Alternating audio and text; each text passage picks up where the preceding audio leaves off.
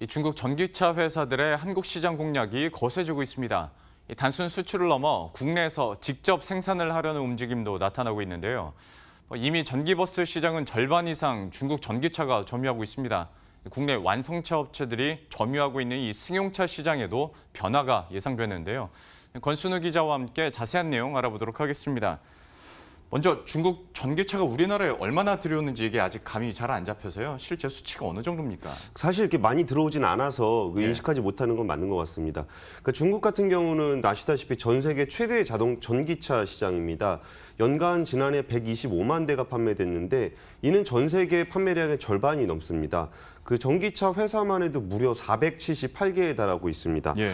중국 정부가 국가적으로 전기차를 지원을 하면서 중국의 전기차 회사들의 성능은 세계적인 수준으로 많이 높아졌다는 평가가 지배적입니다. 하지만 중국 내수 시장에서만 주로 판매가 되기 때문에 정말 글로벌 회사들과 경쟁을 할 정도의 실력을 갖췄는지에 대한 평가는 좀 미흡한 상황입니다. 하지만 중국은 전기 버스라든지 그 이동 전동 킥보드 같은 모빌리티 시장에서는 굉장한 경쟁력을 보이면서 글로벌 회사들과 경쟁을 하고 있습니다. 이번에는 가장 치열한 것으로 보이는 승용차 시장에도 좀 진출을 하고자 하는 모습들이 나타나고 있는데요. 이달 초에 있었던 한국의 EV 코리아 트렌드라는 어떤 전기차 박람회가 있습니다. 예. 여기에 처음으로 중국 전기차 회사가 참여를 해서 5개 차종을 선보이면서 이제 앞으로 한국 시장 진출을 좀 예고를 하고 있습니다. 그리고 또 이제 국내에서 판매만 하는 것이 아니라 실제 그 공장 전기차를 제조하려는 움직임도 나타나고 있습니다. 그러니까 이게 더 눈길을 끄는 것 같습니다. 단순하게 이제 들여오는 게 아니라 국내에서 공장을 만들겠다라는 그쵸. 건데 예. 이게 어떤 방식으로 이루어지는 거죠? 일단은 우리나라 자동차 회사들하고 합작을 하는 모습들도 좀 나타나고 있는데요. 예. 중국 전기차 회사인 송과자동차의 경우에는 국내 한 건설 회사와 합작을 해서 SNK 모터스라는 회사를 설립을 했습니다. SNK 모터스는 지금 대구에 한 10,000대 정도 규모의 생산 공장을 짓고 있고 예. 군산에 추가로 10만 대 규모를 좀 생산할 계획이라고 합니다. 뉴웨이라는 브랜드를 가지고 12개 차종이나 되는 전기차 라인업을 구축하겠다는 건데요. 지금은 초소형 전기차 정도로 시작을 하고 있고 이후에는 1톤 트럭까지도 전기 트럭으로 진출을 하겠다는 계획을 가지고 있습니다. 주요 부품들은 이제 중국과 한국에서 병행해서 이제 같이 조달을 하기로 했습니다. 또 다들 아시다시피 한국의 GM 군산 공장이 문을 닫았는데요. 그 부지를 우리나라의 자동차 부품 회사인 MS 오토텍이 좀 인수를 하려는 추진을 하고 있습니다. 네. 그 공장에서는 전기차 위탁 생산 공장을 만들겠다는 건데요. 그 중에서도 위탁 생산에 주문을 넣는 자동차 회사들이 중국의 전기차 회사라는 관측들이 좀 나오고 있습니다. 그 중에는 전 세계 자동차 회사 중에 테슬라와 양대 산맥을 이룬다고 평가받고 있는 패러다임 퓨처라는 회사가 있는데 거기에서 만드는 자동차를 한국에서 생산하게 되지 않겠냐는 분석도 나오고 있습니다. 예. 또 이게 일반 완성차 브랜드에서 만드는 자동차뿐만 아니라 우버나 리프트 같은 B2B 비즈니스에 판매되는 자동차도 만들 계획이 있다라는 전망들도 나오고 있습니다. 예. 이 상황에서 좀 엄밀히 따져봤을 때 우리나라 시장 자체가 파이로 봤을 때 그렇게 큰 그쵸. 것은 아니고 예. B2B 얘기도 해줬는데 우리나라에서 B2B 사업하기 지금 쉽지 않은 상황인데도 예. 중국 측에서 직접 공장까지 국내에 지어가면서 적극적으로 뛰어드는 특별한 이유가 있을까요?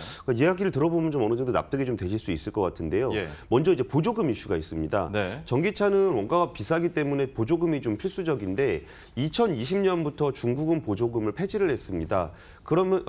폐지를 할 예정입니다. 그러다 보니까 전기차 시장의 어떤 경쟁이 굉장히 치열해지면서 내년 이후에는 전기차 회사 중에 경쟁력이 떨어지는 곳은 도태될 것이라는 전망들이 좀 나오고 있습니다. 반면에 한국 같은 경우는 전기차 보조금을 폐지하려는 계획을 아직까지 갖고 있지는 않아서 중국 전기차 회사들에게는 좀 새로운 시장으로 진출을 하려는 움직임들이 좀 가속화되는 게 있습니다. 또 아까 설명드렸다시피 중국 전기차 회사들 같은 경우는 중국 내수 시장에서만 주로 판매가 돼 왔었는데요. 예. 해외로 진출을 할 때 굉장히 좋은 관문으로서 한국 시장이 좀 매력적이다라는 평가를 좀 받고 있습니다. 그 이유가 한국 소비자들 같은 경우는 굉장히 좀 까탈스러운 성격들이 좀 있어서 네. 한국 시장에서 인정을 받으면은 해외 시장에서도 충분히 먹힌다라는 테스트베드의 역할을 한다는 측면이 하나 있고요.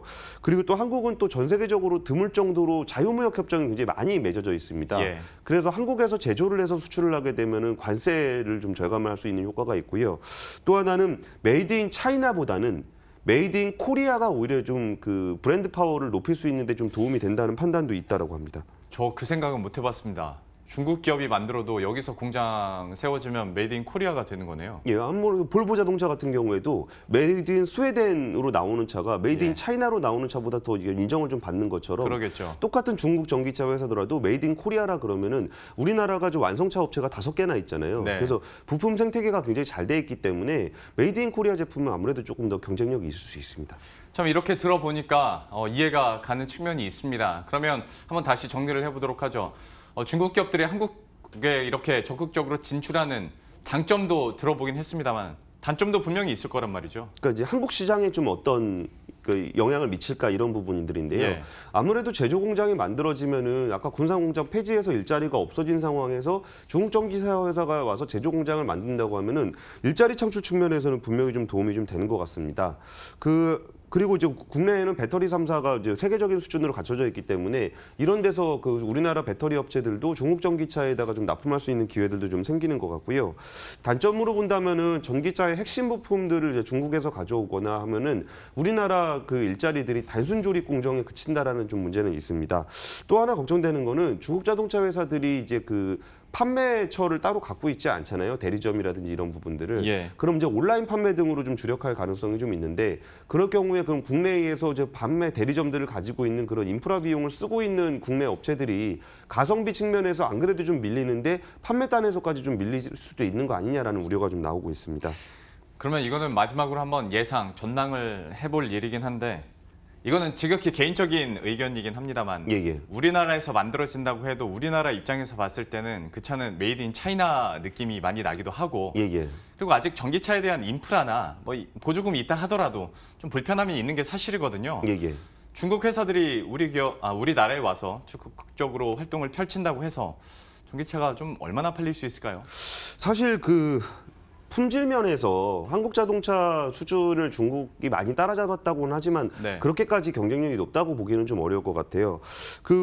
단순히 근데 가성비만 앞세워가지고 한국 시장에 진출한다고 하더라도 한국 소비자들이 그냥 과연 가격만 가지고 이게 자동차는 또 안전 같은 것들이 굉장히 중요하기 때문에 가격만 가지고 이제 그거에 혹할까라는 생각은 좀 들긴 합니다. 네. 반면에 그 렌터카 회사라든지 택시 회사라든지 이런 데는 자동차의 그 가격이라는 게 그 기업의 직접적인 그 수익에 영향을 미치기 때문에 오히려 도매 판매업자들 같은 경우에는 가성비를 더 꼼꼼하게 따질 수밖에 없는 상황이 있습니다.